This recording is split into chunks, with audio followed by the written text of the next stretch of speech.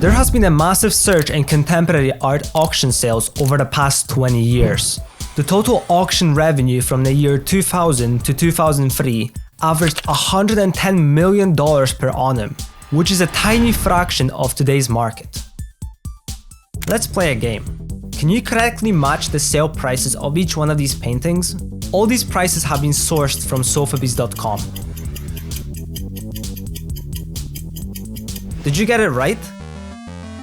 Whilst you are spending precious weekends clocking in, there are people spending millions of dollars on two-dimensional denim jackets. I love classical art, but I feel like time has finally come to put my pride to the side and embrace the modern way. And what better way to dive into this side of the art world than a gallery? There is only one problem. The closest gallery to me is about 2 hours away. We're gonna have to catch a bus. 2 flights out Japan, ayy. I'm on bachelor smoking wedding cake. Hit it twice and she can't stand straight. The Aberdeen Art Gallery was founded by Alexander Mackenzie, which at first only held art collections of Alexander MacDonald and local granite merchants. The gallery's collection has grown steadily since its foundation in 1885, highlighted with works by such artists as Oscar Claude Monet and Pierre-Auguste Renoir, as well as more modern artists. But we came here for one thing and one thing only.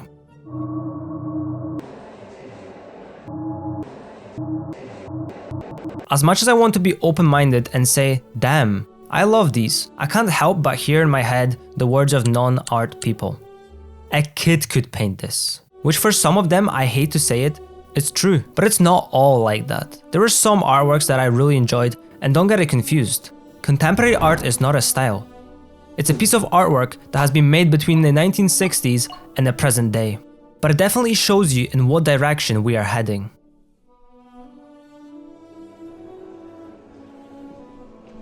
That was enough minimalism for me, so I walked to the bus station and headed back home. On the way back, I couldn't help but think of pyramids.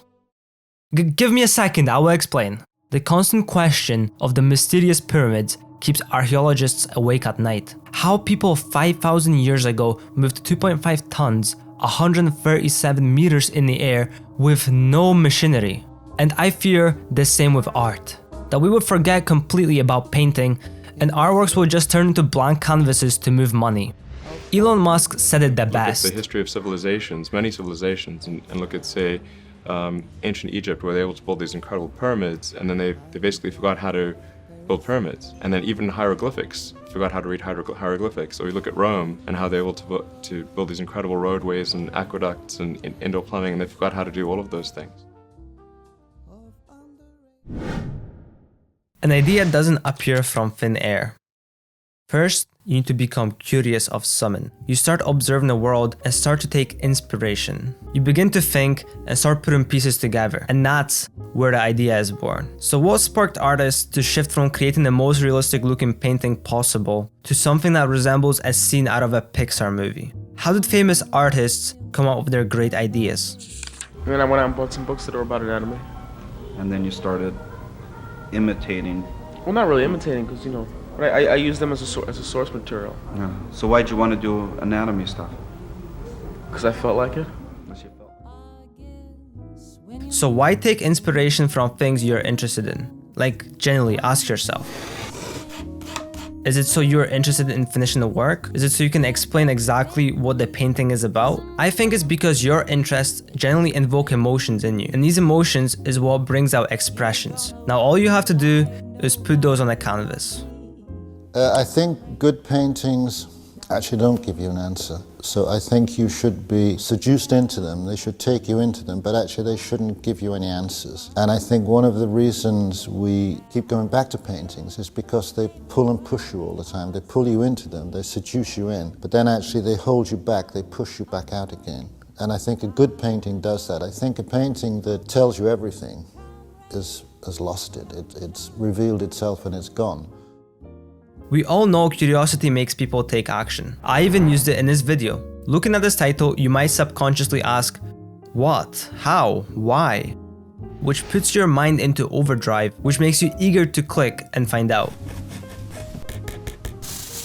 I noticed that newer artists prefer to paint something that would make you question your life choices rather than trying to achieve the perfect form. This is the first point I gotta disagree with because I believe you can create curiosity with realistic looking paintings too. There was one painting which was a very small painting of a bunch of onions, and that was really my first question about art. I couldn't figure out why someone painted a bunch of onions. He even admitted to it. Realistic looking paintings require more skill, which I believe is more charitable in the long run, but that's up to you to decide. Now I find as I'm older, I'm just interested in the kind of first level reaction.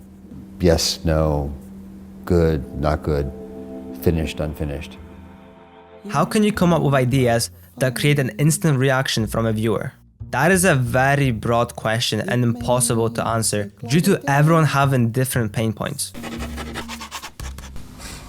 So how would you narrow it down to a single point of attack? I don't plan out the works in advance. I have a vocabulary of images and motifs that I'm working with at any given time in the work, and I know that I want to bring those things into some kind of alignment, but I don't know ahead of time what exactly that alignment's going to be. Like all human beings, we have concerns and we tend to be confused. Why does no one care? Is there any subject you're losing sleep over? And imagine a way in which you could spark conversation using art. For example, when people complain about minimum wage being too low, but when it gets raised, food goes up in price, making your rise pointless. You could paint a recycling sign on a bank that shows how this world operates. The possibilities are endless, but following this rule gives meaning to your painting, which I believe is important. There's only one thing left to do. Using everything we have learned, how can I express what I think on a painting for others to try and figure out the meaning of? I forced myself to paint everything just from my imagination rather than basing my shapes and colors off of photos. I think this can be powerful as there's only one tech and only one of you. All the ideas that I wanted to display came from the things that I read or talked to people about, and even some arguments I had. I mean, what better way to express how you feel than through an image? If you are struggling with ideas, remember, it's hard to steer a parked car, so just take some paint and do one stroke and then a second one, and I can assure you that after the 4th, 5th and 20th line, you will know what to do. If you want to see further progress on the painting, follow my Instagram, and if you want to buy it, just message me to discuss the price. I also ship internationally. If you want to watch more, here's the video of me ranting about doodling. Thank you and enjoy.